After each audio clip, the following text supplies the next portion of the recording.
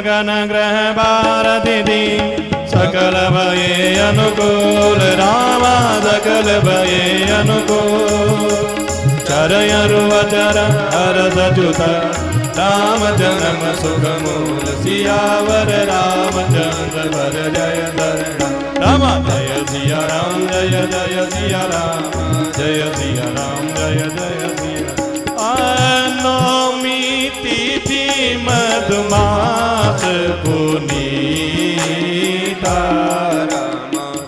शुक्ल पचय विजित हरि प्रीता मध्य दिवसयति शीतन घामा पावन काल लोक विश्रामा शीतल मंद सुरवि बहबाओ हर शीत सुर संतन मन जाओ बन कुसुमित गिरि गण मनियारा स्रवहि सकल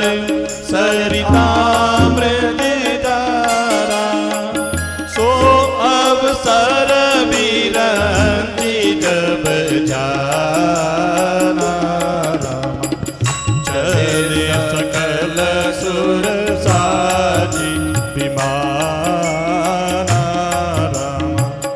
गगन विमल संकुल सुर जोधा रामा गावहि गुण गंधर्व वरुधा ओम बरसहि सुमन सुअंजलि साजी कह कहि गगन दुंदुभि बाजी स्तुति करहि नाग मुनि देवा बहु विधि लावहि निज निज सेवा जय सिया राम जय जय सिया राम राम जय सिया राम जय जय सिया राम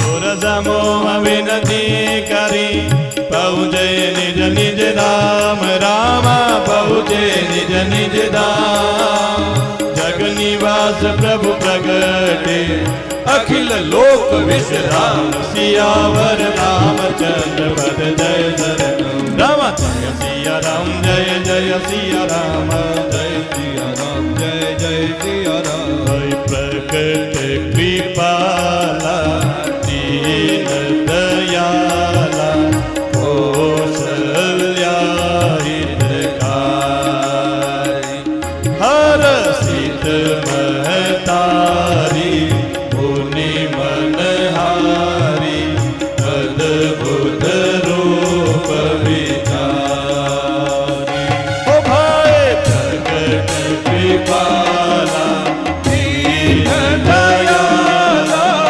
कौशल्या हितकारी ओ हर सिद्ध महतारी मुनि मनहारी अद्भुत रूप विचारी लोचन अभिरामा तनु घनश्यामा निज आयुध भुज चारी भूषण वनमाला नयन विशाला शोभा सिंधु खरारी कह दुई कर जोरी स्तुति तोरी कही विधि करो अनंता माया गुण ज्ञानातीत यमाना वेद पुराण बना ओ भाई प्रकट कृपाला दीन दयाला कौशल्या हितकारी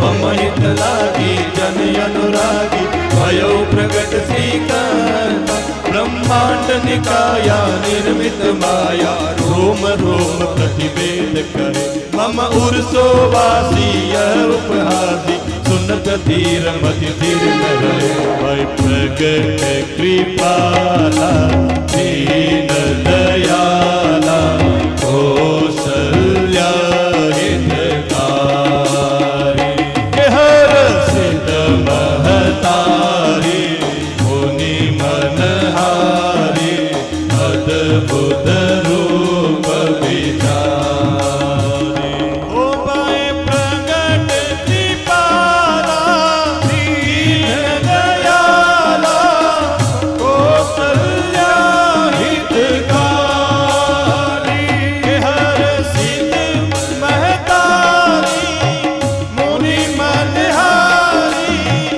अद्भुत रूप विचारी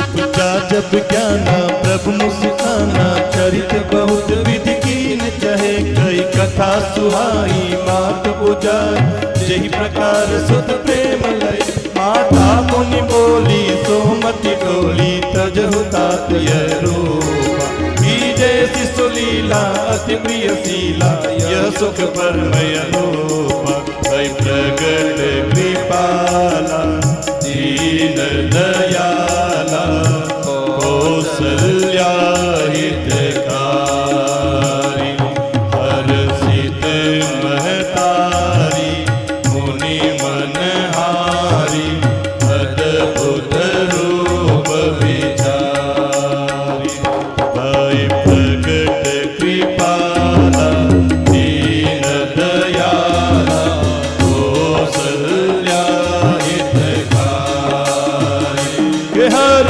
सिद्ध महतारी मुनि मनहारी अद्भुत रूप विचारी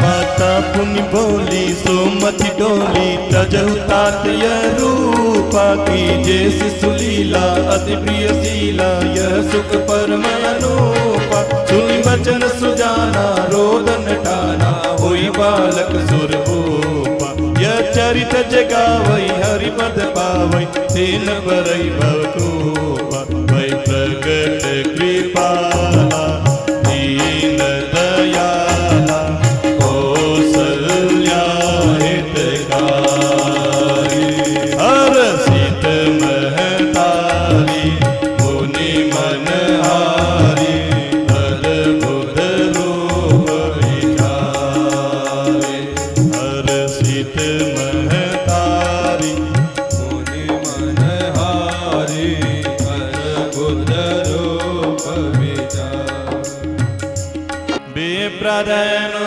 संत हितम लीन मनुज अवतार रामा लीन मनुज अवतार निजई चानिरमित तनु माया गुण गोपार सियावर रामचंद्र पद जय शरणम जय सिया राम जय जय सिया राम जय सिया राम जय जय सिया राम सुनिधि सुरधर परम प्रिय वाणी संभ्रम चली आई सब रानी हर्षित जत धाई राशि आनंद मगन सकल पुरवासी दशरथ पुत्र जन्म सुनि गाना मानहु ब्रह्मानंद समान परम प्रेम मन पुलक शरीरम आहत उठन करत मति धीर जागर नाम सुनत सुख होय मोरे गृह आवा प्रभु सोय परमानंद पूरी मन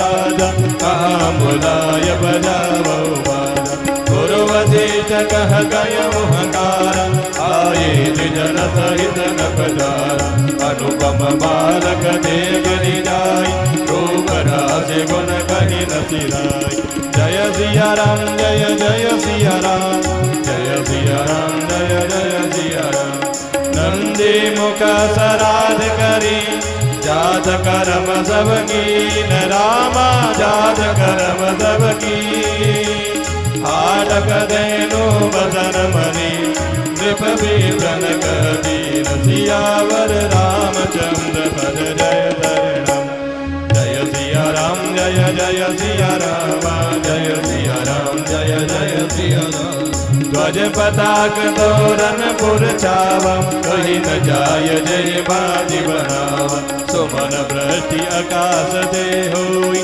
ब्रह्मानंद मगन सब लोई वृंद वृंद मिल चली लोगाई सहज सिंगार किए उठिदाई कनक कलश मंगल वरिधारा गावत पैडहि भूपटुवार करहि आरती चावरि करहि बार बार शिशु चरणन भरहि मागध सुत वंदी गण गाय पावन गुण गावै रघुनाय सर्व सिदान दीन सब काऊ जे पावा राखा नहीं ताऊ मखमल चंदन कुंकुम कीजा मची सकल विधिन बिच बीजा जय सिया राम जय जय सिया राम जय सिया राम जय जय सिया राम ग्रह ग्रह बाज बजाव सुबह प्रगटे सुषमा कांद रामा प्रगटे सुषमा कांद हर सबंत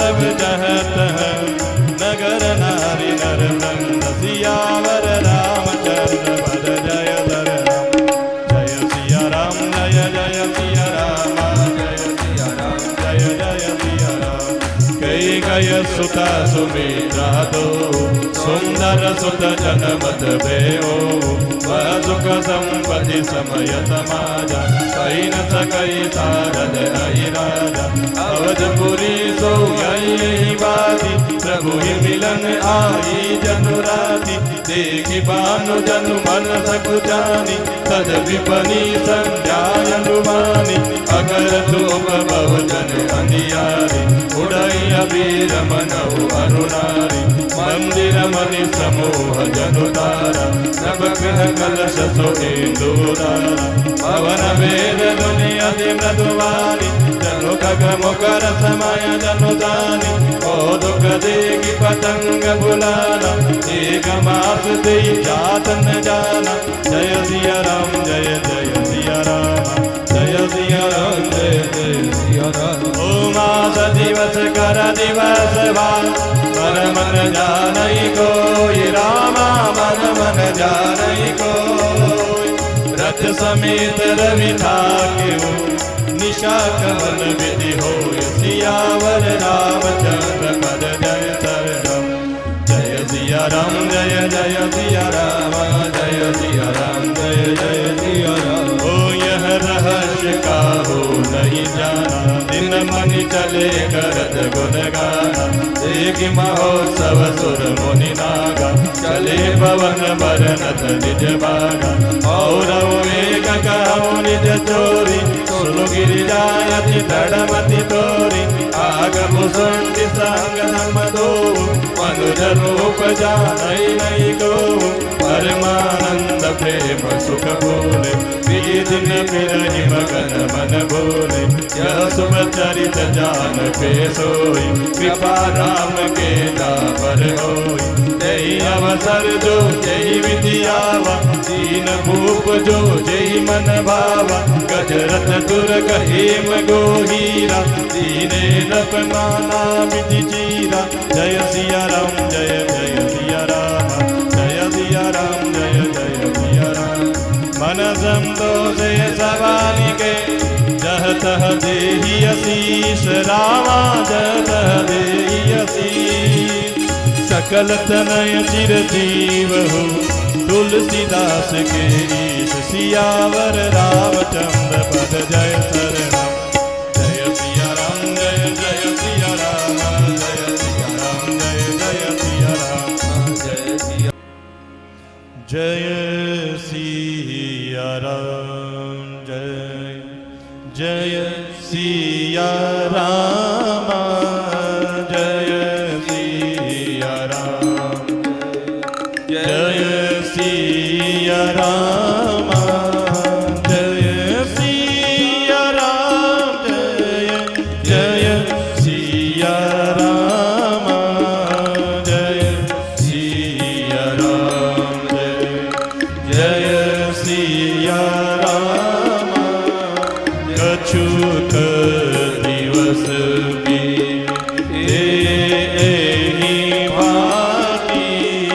जात जानिय दिन अरुराती नाम करण कर अवसरु जानी भूप बोली पठ ए मुनि ज्ञानी करी पूजा भूपति भाषा दरिया नाम जो मुनि गुनि राका इनके नाम अनेक अनुपा मैं नव कहब स्वमति अनुरूपा जो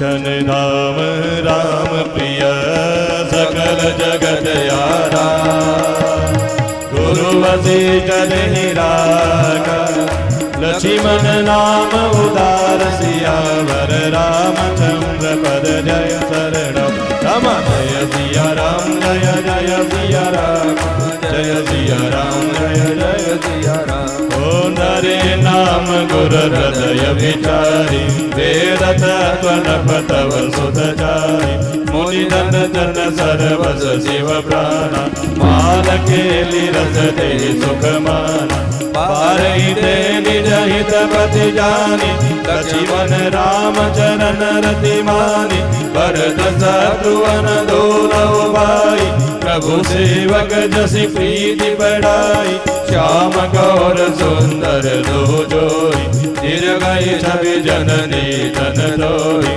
चारु शील रूप गुण धाम तदपि अधिक सुख सागर राम। हृदय अनुग्रह इंदु प्रकाश सूरत किरण मनोहर हास कबहु चंग कबहु वर पलना माधु दुलारई कई प्रिय ललना। जय सिया राम जय जय सिया राम जय सिया राम जय जय सिया राम। ओ व्यापक ब्रह्म निरंजन निर्गुण विगत विनोद सोअज प्रेम भगति वसन कौशल्या के गोद सियावर रामचंद्र पद जय शरणम। जय सिया राम जय जय सिया राम जय सिया राम जय जय सिया राम जय सिया राम जय सिया राम जय सिया राम जय जय सिया। जय श्री राम। भावार्थ दोहा संख्या 189 बालकांड। फिर अग्निदेव सारी सभा को समझाकर अंतर्ध्यान हो गए। राजा परमानंद में मग्न हो गए। उनके हृदय में हर्ष समाता नहीं था। उसी समय राजा ने अपनी प्यारी पत्नियों को बुलाया। कौशल्या आदि सभी रानियां वहां चली आई। राजा ने उस पायस का आधा भाग कौशल्या को दिया और शेष आधे के 2 भाग किए। वह उनमें से 1 भाग राजा ने कैकेयी को दिया। शेष जो बच रहा था उसके फिर 2 भाग हुए और राजा ने उनको कौशल्या और कैकेयी के हाथ पर रखकर अर्थात उनकी अनुमति लेकर इस प्रकार उनका मन प्रसन्न करके सुमित्रा को दिया। इस प्रकार सभी स्त्रियां गर्भवती हो गई। वे हृदय में बहुत हर्षित हुई। उन्हें बड़ा सुख मिला। जिस दिन से श्री हरि गर्भ में आए सभी लोगों में सुख और संपत्ति छा गई। शोभाशील और तेज की खान सभी रानियां महल में सुशोभित हुई। इस प्रकार कुछ समय सुखपूर्वक बीता और वह अवसर आ गया जिसमें प्रभु को प्रकट होना था। जोग लगन ग्रह बार तिथि सकल भई अनुकूल चर अरु अचर हर्ष जुत राम जन्म सुख मूल। योग लगन ग्रह वार तिथि सभी अनुकूल हो गए। जड़ और चेतन सब हर्ष से भर गए क्योंकि श्री राम का जन्म सुख का मूल है। पवित्र चैत्र का महीना नवमी तिथि शुक्ल पक्ष और भगवान का प्रिय अभिजीत मुहूर्त था। दोपहर का समय था। वह न बहुत सर्दी थी न धूप थी। वह पवित्र समय सब लोगों को शांति देने वाला था। शीतल मंद और सुगंधित पवन बह रही थी। देवता हर्षित थे और संतों के मन में बड़ा चाव था। वन फूले हुए थे। पर्वतों के समूह मणियों से जगमगा रहे थे। सारी नदियां अमृत की धारा बहा रही थी। जब ब्रह्मा जी ने वह भगवान के प्रकट होने का अवसर जाना तब उनके समेत सारे देवता विमान सजा सजा करके निर्मल आकाश में देवताओं के समूह से भर गए। गंधर्वों के दल गुणों का गान करने लगे और सुंदर अंजलियों में सजा सजाकर पुष्प वर्षा करने लगे। आकाश में घमाघम नगाड़े बजने लगे। नाग मुनि और देवता स्तुति करने लगे। बहुत प्रकार से अपनी अपनी सेवा उपहार भेंट करने लगे। देवताओं के समूह विनती करके अपने अपने लोक में जा पहुँचे। समस्त लोगों को शांति देने वाले जगदाधार प्रभु प्रकट हो गए। बोलो सियावर रामचंद्र भगवान की जय। भय प्रगट कृपाला दीन दयाला कौशल्या हितकारी हर्षित महतारी मुनि मनहारी अद्भुत रूप विचारी। दीनों पर दया करने वाले कौशल्या जी के हितकारी कृपालु प्रभु प्रकट हुए। मुनियों के मन को हरने वाले उनके अद्भुत रूप का विचार करके माता हर्ष से भर गई। नेत्रों को आनंद देने वाला मेघ के समान श्याम शरीर था। चारों भुजाओं में अपने आयुध धारण किए हुए थे। दिव्य आभूषण और वनमाला पहने थे। बड़े बड़े नेत्र थे। इस प्रकार शोभा के समुद्र तथा खर राक्षस को मारने वाले भगवान प्रकट हुए। दोनों हाथ जोड़कर माता कहने लगी, हे अनंत, मैं किस प्रकार तुम्हारी स्तुति करूं। वेद और पुराण तुमको माया गुण और ज्ञान से परे और परिमाण रहित बतलाते हैं। श्रुतियां और संत जन दया और सुख का समुद्र सब गुणों का धाम कहकर जिनका गान करते हैं वही भक्तों पर प्रेम करने वाले लक्ष्मीपति भगवान मेरे कल्याण के लिए प्रकट हुए हैं। वेद कहते हैं कि तुम्हारे प्रत्येक रूम में माया के रचे हुए अनेकों ब्रह्मांडों के समूह भरे हुए हैं। वे तुम मेरे गर्भ में रहे इस हंसी की बात को सुनने पर धीर अर्थात विवेकी पुरुषों की बुद्धि भी स्थिर नहीं रहती, विचलित हो जाती है। जब माता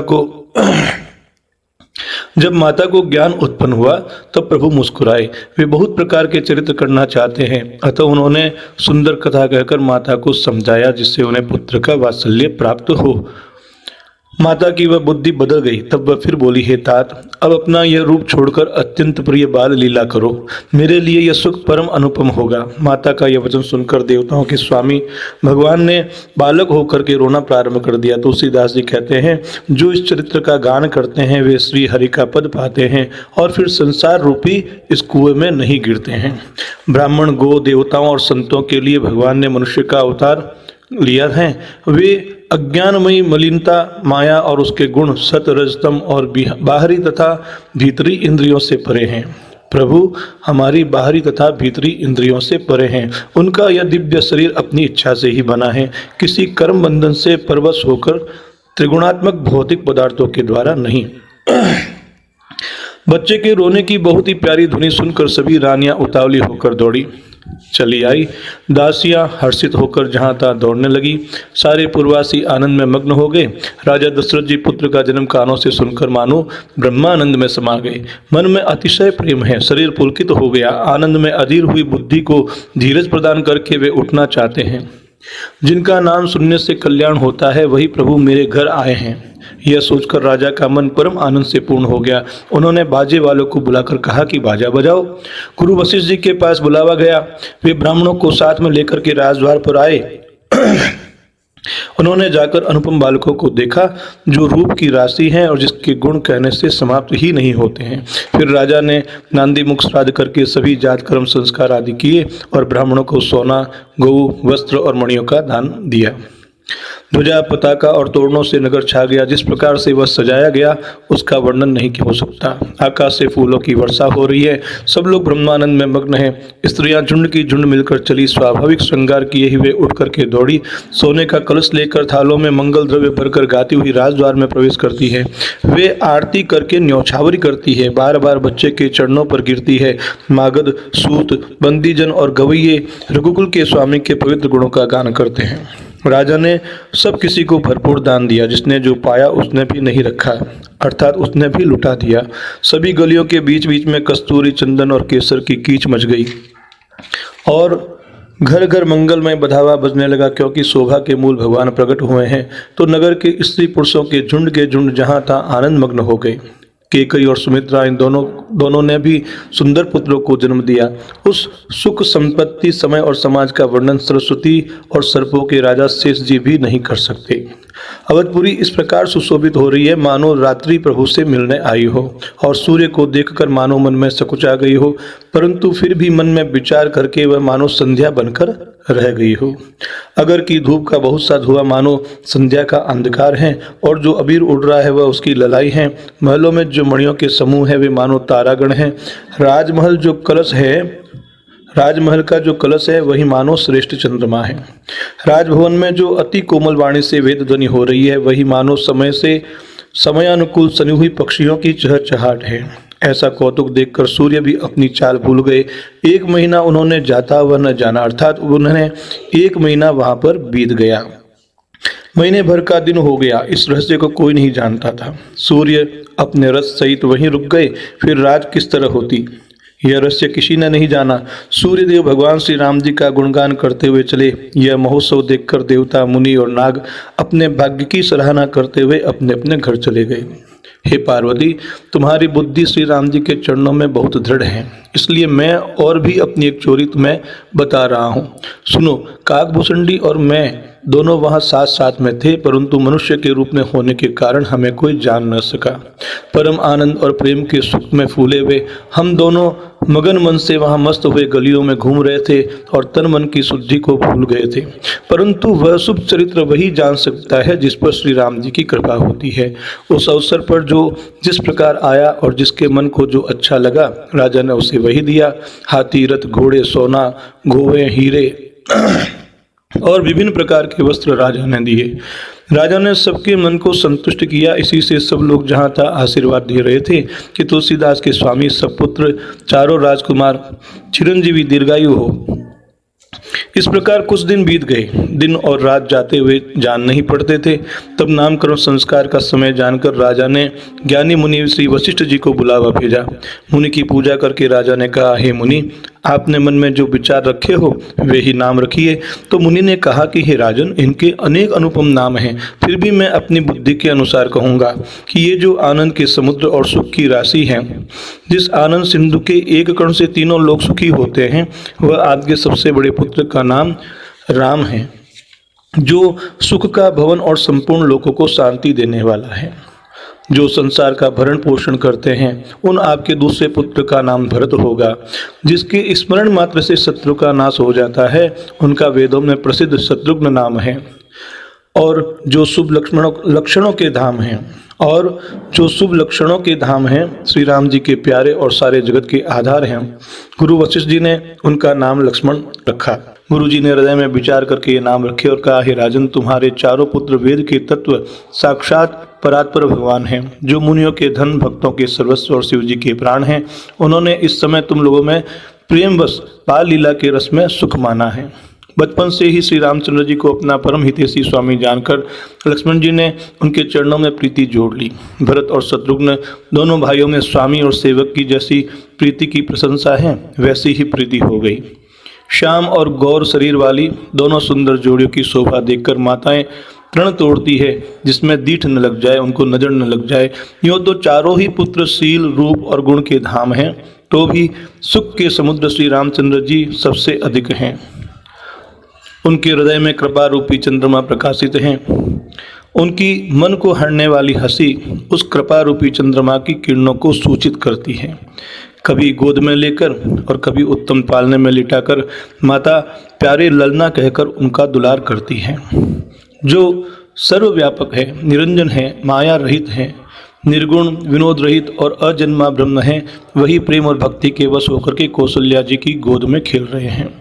उनके नीलकमल और गंभीर जल से भरे हुए मेघ के समान श्याम शरीर में करोड़ों कामदेवों की शोभा है।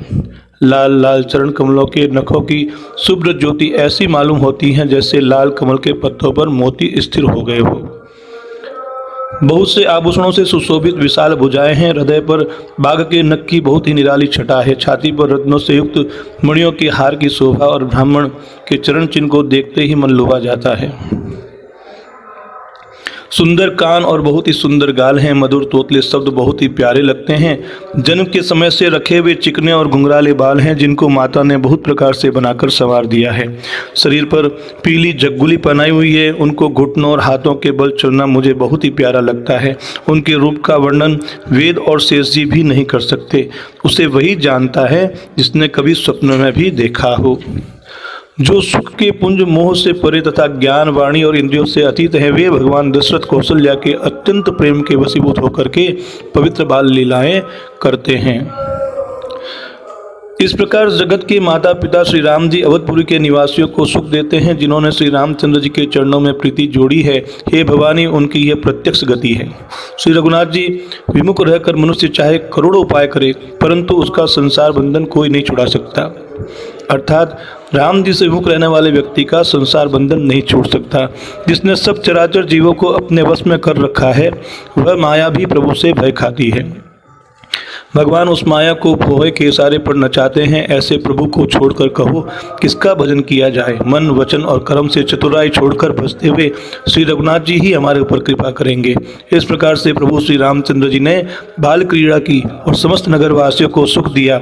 कौशल्या जी कभी उन्हें गोद में लेकर हिलाती डुलाती और कभी पालने में लिटाकर झुलाती। प्रेम में मग्न कौशल्या जी रात और दिन का बीतना नहीं जानती। पुत्र के स्नेहवश माता उनके बाल चरित्र का गान किया करती है। बोलो सियावर रामचंद्र भगवान की जय।